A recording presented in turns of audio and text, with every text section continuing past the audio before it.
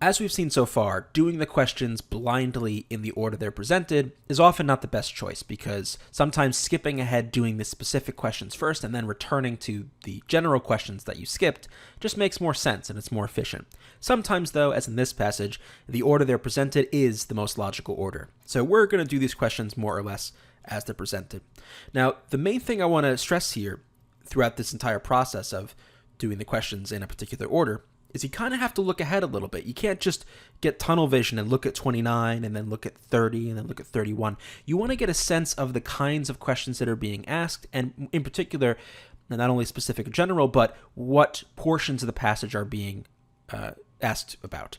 And in fact, you'll see in this particular set of questions, we have what I call a question cluster. So notice 29 is about the first paragraph, and then 30, 31, 32, 33, 34 are all about the first paragraph. So in fact, the first 6 questions, 6 out of the how many? 9 questions, are all about the first paragraph.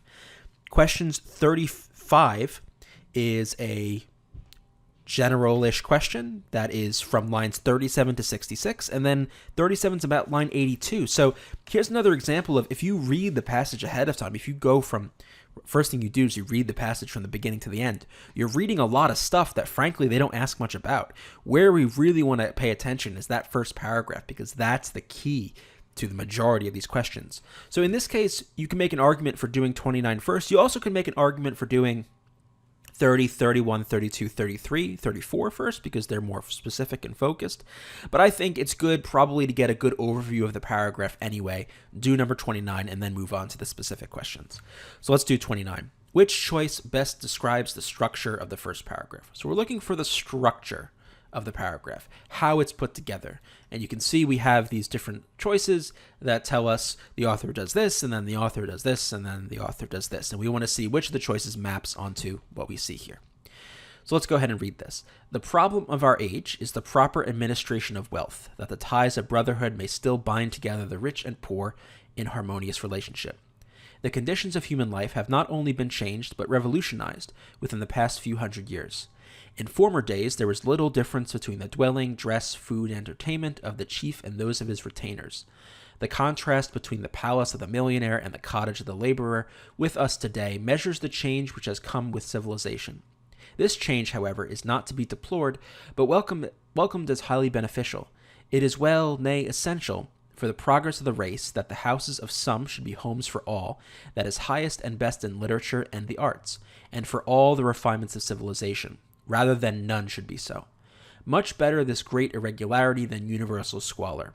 Without wealth there can be no Maecenas. The good old times were not good old times. Neither master nor servant was as well situated then as today. A relapse to old conditions would be disastrous to both, not the least so to him who serves, and would sweep away civilization with it. But whether the change be for good or ill, it is upon us beyond our power to alter, and therefore to be accepted and made the best of. It is a waste of time to criticize the inevitable. So we want to know what the structure of this paragraph is. Let's go to the choices and see which one maps onto this particular paragraph. A personal history is narrated, historical examples are given, and a method is recommended.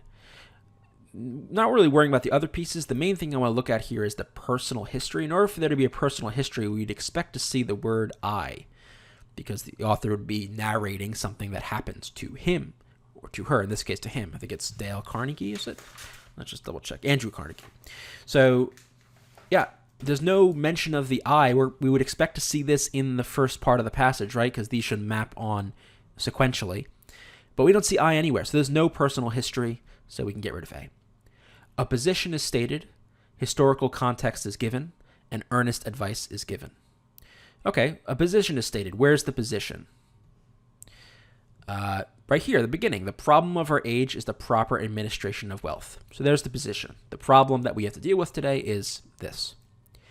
Then we do get the historical context. That comes up with this discussion of, back in the day, people weren't as well off as we are, right? Discussing the chief and the retainers over the past few hundred years, the changes today, this change, right? So we are getting this historical context in this portion of the passage. That seems to work. Finally, earnest advice is given. That's towards the end, right? That's this line. that it's a waste of time to criticize the inevitable, and we should make the best of the conditions under which we're under. Don't try to change them. So yeah, notice this maps directly on to the particular pieces of the opening paragraph, so B looks pretty good. C, certain principles are stated, opposing principles are stated, and a consensus is reached. Be very careful here. This might seem attractive because it seems like we have like opposites and principles and then the opposites, and then like it comes together, but it really doesn't. So first part, certain principles are stated. What principles are stated here? All that's being said is an historical or current events fact. Right? This is the way things are today. This is the way things were back then. Therefore, the way things are today are preferable.